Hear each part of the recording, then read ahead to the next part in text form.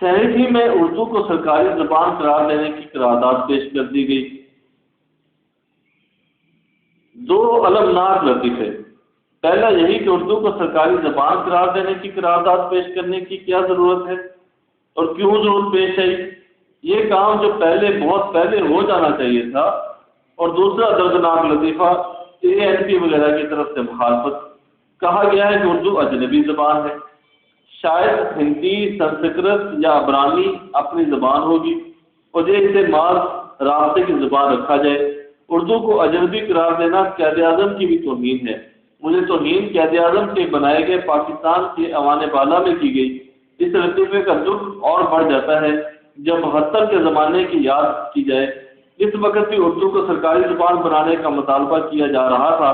Peoples party کی حکومت مزاحمت کر رہی تھی اور ANP کی مادت جماعت NAP نے اسے 2 صوبوں میں نافذ کر دیا تھا۔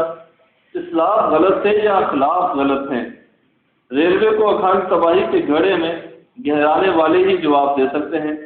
قرارداد مسلم لیگ اور جماعت اسلامی نے پیش کی، پیپلز پارٹی مخالفت کرے گی تو تعجب نہیں، لیکن سوال ہے کہ مسلم لیگ خود 2 بار حکمران رہی، اس نے اس کو اردو کو سرکاری زبان بنانے کے لیے کیا کیا؟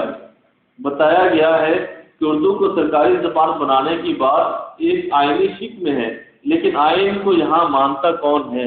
حضور